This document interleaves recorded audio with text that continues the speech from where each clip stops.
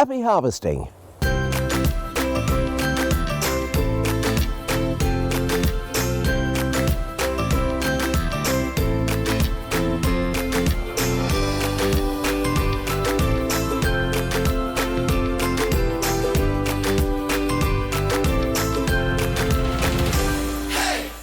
Hello, I'm Alan Gray and welcome to Get Gardening. Today we're in the vegetable garden and it's time for harvesting, and I'd just like you to take a look down here, because here you see we've got 5 crates of potatoes, 4 of which are this bad boy, the one I've got in my hand, and you look at that and think, that's a potato?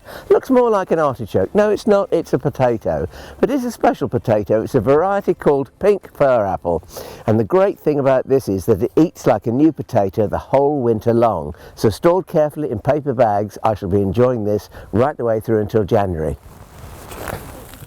Now this one here, if you look at it, it's got a little bit green on the end, and that's where the tubers come out of the ground and the light has got onto it. Now you must not eat that bit because it's not good for you, so just cut across there, slice that bit off, chuck that bit away and eat this piece here. This will be perfectly alright.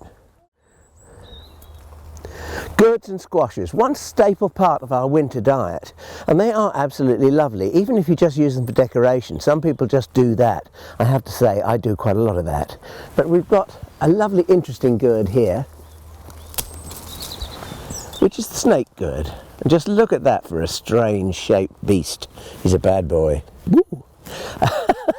But when you cut and harvest your gourds, it's important to leave a little piece of stalk on the end like that, and then you need to cure them. And to do that, we need to go to the greenhouse. So here we are inside the greenhouse, and you can see here are the onions drying away. We've still got chilies and peppers on our plants here too, and they will keep on ripening. And this is where we bring the gourd. And I'm just going to lay it on that back windowsill there, in a nice dry greenhouse, and the force of the sun will help to cure it. It will ripen it so it gets a nice hard skin and it keeps. Back here in the house we've got a selection of gourds and squashes that have already been cured. And the most important thing you can see is, as I told you before, they've all got a little piece of stalk left on them. And if you look at them, some of them have got a bit of a discolouring on one side, and that's where it's laying on the earth like that. And it's just not got any pigmentation there at all. So when you arrange them, that won't stop it curing, but when you arrange them, make sure that that is covered up. So I'll pop that in there like that. Now this is my container, which is an old copper preserving pan, which I've had, well, it belonged to my Granny Gray actually, so you can tell how old it is. It's ancient. But I've got 1 or 2 gourds here, which I think are particularly lovely. Actually, this is not a gourd, this is a squash. You can eat this, but just look at that wonderful metallic colouring, and the smoothness of it is absolutely fantastic. Now what I'm aiming for here is to make a display, and I want contrasting shapes, contrasting colours and contrasting sizes, and I've got it in spades. This one is a lovely little Japanese squash. I can never remember the name of it, but it's something. It's very, very nutty, but what a lovely rich orange colour that is. So that's going to go in there like that. And here, everyone's going to be familiar with this, is butternut. Good old butternut squash, one of the most popular ones, and the one that we use most of all probably. And that's earned its place in there too, so I'm going to pop that there. Now these ones are, I just love them.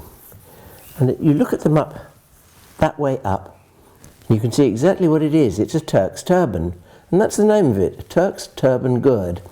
And if they've got a little bit of mud on them or soil, dried soil on them, just go over them with a dried brush. I haven't got that handy, so I'm just going to use my fingers, and then that can take its place in here too.